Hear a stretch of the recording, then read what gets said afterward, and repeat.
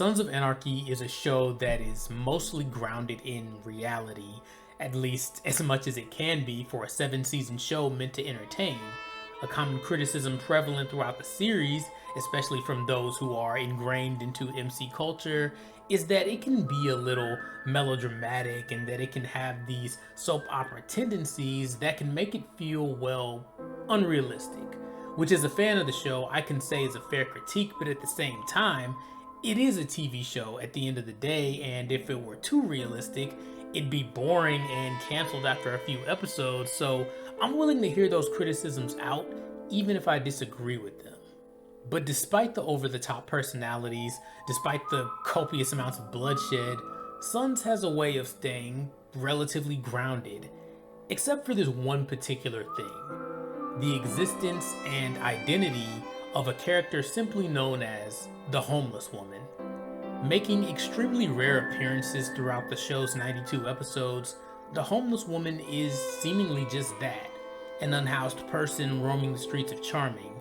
That is, until she pops up in Belfast, Ireland, which, for all intents and purposes, should be impossible considering her financial situation. That begins to set off alarms in the minds of the audience, who now firmly believe that there's more to this woman than meets the eye, even though that's hinted to as far back as her first appearance. Ava will help my little boys. What? Able to help my little boys.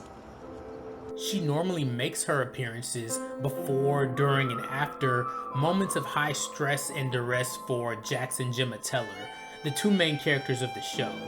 The fact that the two of them are the only main characters who ever seem to interact with her in any meaningful way gives her a sense of whimsy and wonder in an otherwise down-to-earth show.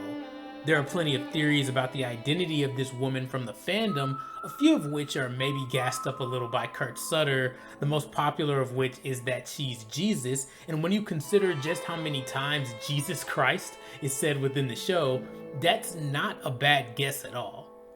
Jesus Christ. Jesus Christ. Jesus Christ. Christ. Jesus. Jesus is just a guy who cuts my lawn. Sons is full of religious motifs and references, so I wouldn't blame anyone for rolling with this theory, especially when you have lines like this being dropped outside a church. Hey! I know you? Everyone knows me. It's not just the line itself, it's the timing.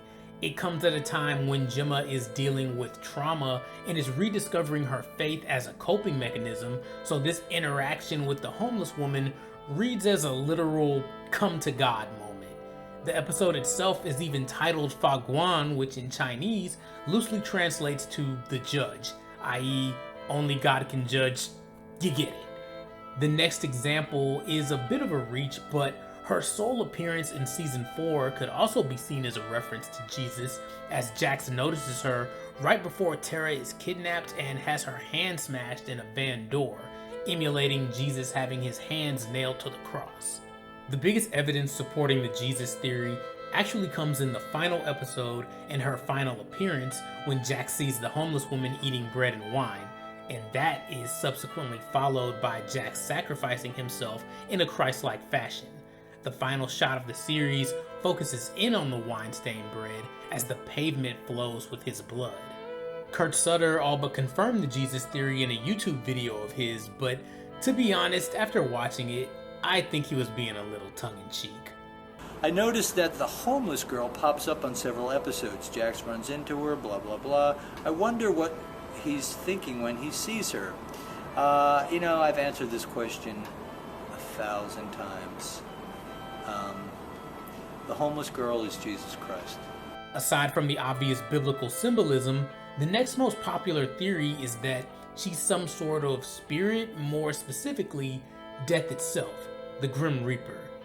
SOA is absolutely littered with Reaper iconography, not just because it's the mascot of the club, but because of the ideas that it represents, with repetitive motifs and allusions to the mortality of its characters.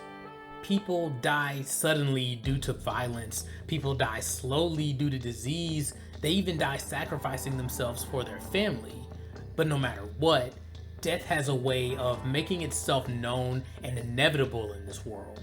Even going back to the "everyone knows me" line, not everyone is Christian and therefore knows Jesus, but everybody dies.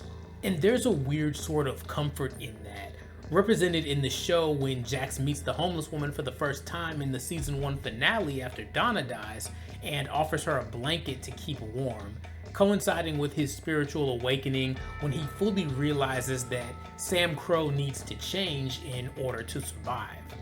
That moment comes full circle in the season 7 finale when Jax finally asks the question we've all been thinking. Who are you?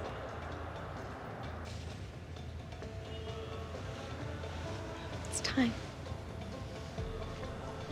This comes at a point in the story when Jax is fully aware that he's going to die, but not before using the same blanket that he gave to her in order to disguise himself to deal the killing blow to August Marks.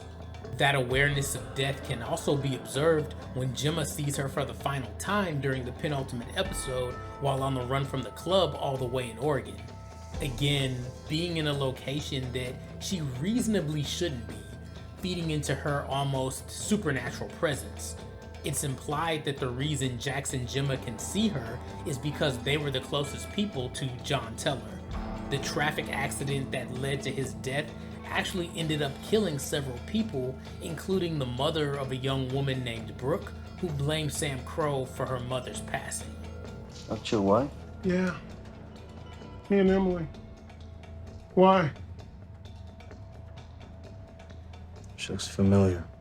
My guess is, for whatever reason, this entity has chosen to take the visage of this deceased woman, maybe in a roundabout way of making Jax and Gemma come to terms with not only the amount of bodies that they're ultimately responsible for, but the inescapable eventuality of their own demise.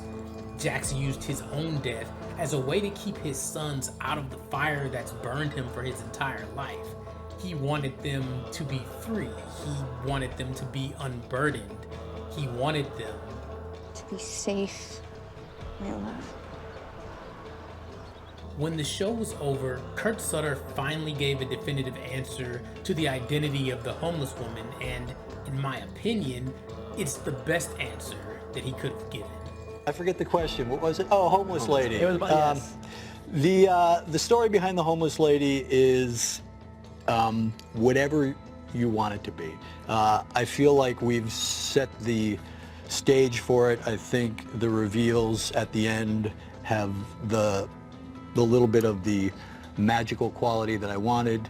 The dynamic between the two of you there at the end was so like, okay, now tell me, what is this all about? You know what I mean? And Jax understood, and that's all that really matters. So essentially, whether you think this woman is a re-embodied manifestation of Jesus or a metaphysical representation of death or anything in between, the definitive answer is that there is no definitive answer. And that's by design. The ambiguity of it all is the point. Sutter wanted her presence to be whimsical, so whatever you got out of it is what you got out of it. Leave a comment down below who you think she is or what she represents, because I'm dying to know what you guys think. Thank you guys so much for watching. Wow, 500 subscribers is crazy to me. It might not seem like a lot to some people, but it's a lot to me, and I appreciate every like, every comment, every subscribe. It means the world to me. It really does. You guys treat me like an actual human being and not just a disembodied voice, which is amazing. And all thanks to your support, the channel is now eligible for monetization, which is huge. It's such a big deal for me, and just from the bottom of my heart, I cannot thank you guys enough. Sorry, normally I script my videos, but this is just coming off the dome and from the heart. So sorry if I'm stumbling over my words. I really do appreciate it. yeah, we got some stuff cooking. So if y'all stick with me and just stay patient, I know it's taking me a while to crank these out, but we got some stuff coming down the pipe. So just stay tuned. Yeah. I'm Josh Fleeks. Till next time, y'all be easy.